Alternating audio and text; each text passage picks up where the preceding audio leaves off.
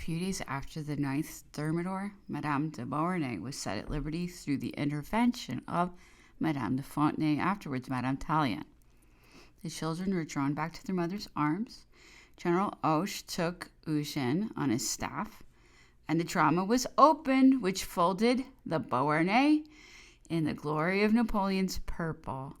It was some 15 months after the death of Alexander de Beauharnais that young Eugène, his son, returned to Paris after the affair of Quiberon, resisted General Bonaparte's order that the inhabitants of Paris should give up all arms to the authorities, and followed the aide-de-camp Le Marois to Bonaparte's presence.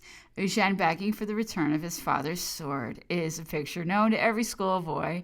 The courage and nobility of character of the boy soldier, Eugène placed a crown upon the head of his mother and his sister and gave him the voice royalty of Italy.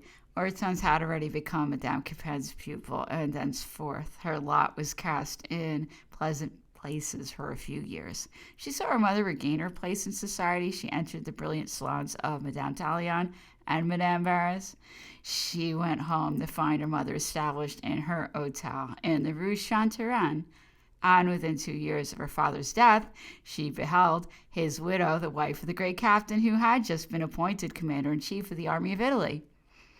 The years which intervened between the marriage of Josephine and that of her daughter, they were only 6, were the happiest of their lives after they had come within the circle of Napoleon's influence.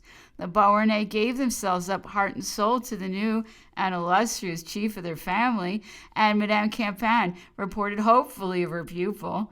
Hortense was well gifted by nature. She was a born musician, and she drew and painted with very much more than the power of an accomplished young lady.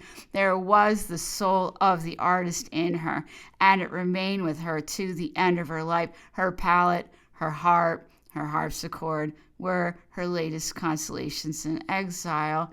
She was drawn by a natural affinity towards gifted people rather than great people. This was shown at Malmaison, at Saint-Lô, and at Arenenberg. The artistic quality in her was developed by her early associations. She never knew what the Society of Common Intelligences meant.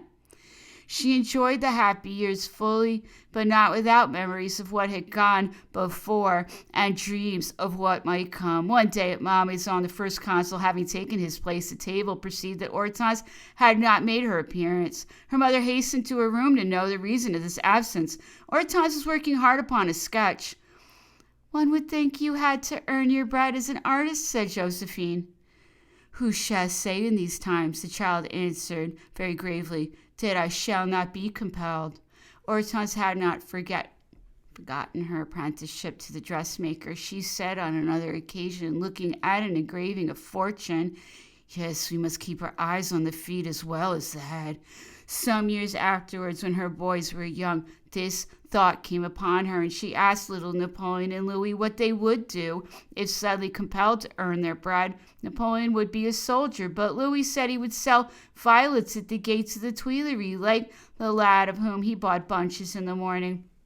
This shade that lay about the bright figure of Hortense heightened its attractive effects. Naturally cheerful and gay, she had depths of earnestness, balancing her giddiest flights of the unceremonious Malmaison life. When she folded her arms about her young friends, Adele Aguet and Louise Cochelet, she gave them her heart in all seriousness. She was near them both many years after when they died, as she had been their constant friend throughout life.